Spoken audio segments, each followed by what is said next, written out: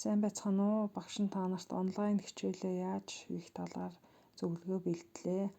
За энэ цахим сургалт гэсэн цэс рүү дараад орно.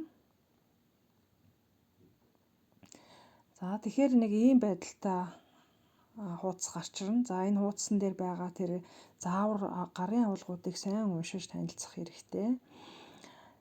Тэр гарын агуулгууд дээр энд та нар онлайн хичээлтэй ажиллах талаар дэлгэрэнгүй бичсэн байгаа. За тэгээд ингээд хичээл доошлуулад үзэхээр хичээл гэсэн ийм тусдаа талбарууд гарч ирнэ. За энэ дээрээс одоо хуваарийнхаа дагуу аль хичээлийг үзэх вэ гэдгээ сонгоод орж үзнэ. Жишээлбэл одоо багш мэргэжлийн удирдгал хичээлийг орох үед нь ингээд ороод харна. Дээр нь дарна. Тэгэхээр ийм байдалтай хуудас гарч ирнэ.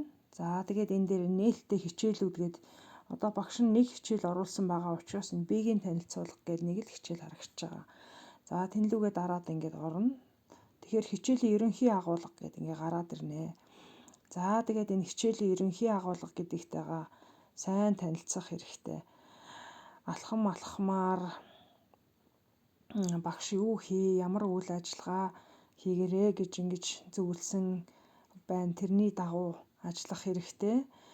За тэгээд зарим тохиолдолд багш нар энд хийсэн даалгаврыг буцаагаад бусаддаа хуваалцах, багштаа илгээх байдлаар төлөвлөсөн байгаа. Тэрний дагуу гүйцэтгэхээрээ амжилт хүсье.